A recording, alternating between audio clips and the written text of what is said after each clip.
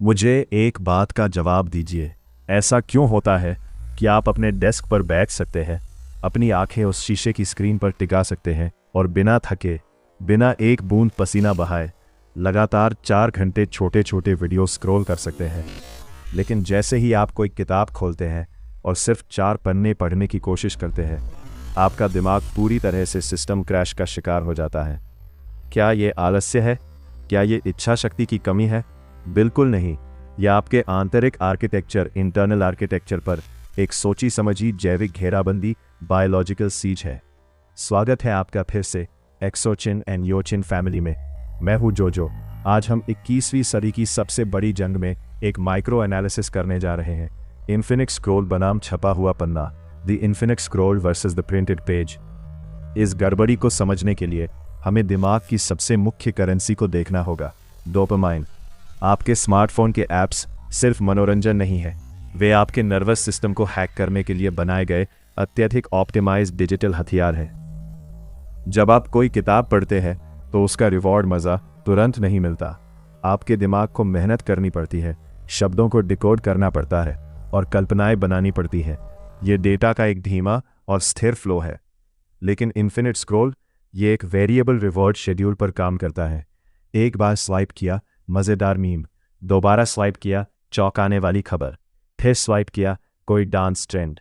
आपका हर एक स्वाइप आपके प्रीफ्रंटल कॉर्टेक्स पर सीधे प्योर डोपामाइन का एक डीडीओएस अटैक, साइबर हमला करता है। हमारा ये प्राचीन इंसानी हार्डवेयर 2026 के सॉफ्टवेयर की स्पीड को प्रोसेस करने के लिए बना ही नहीं था। क्या होता है जब आप अपने दिमाग को लगातार इस हाई वोल्टेज उत्तेजना स्टिम्युलेशन के बीच रखते हैं? आप अपने दिमाग को लेटेंसी सुस्ती की जैविक स्थिति में धकेल देते हैं।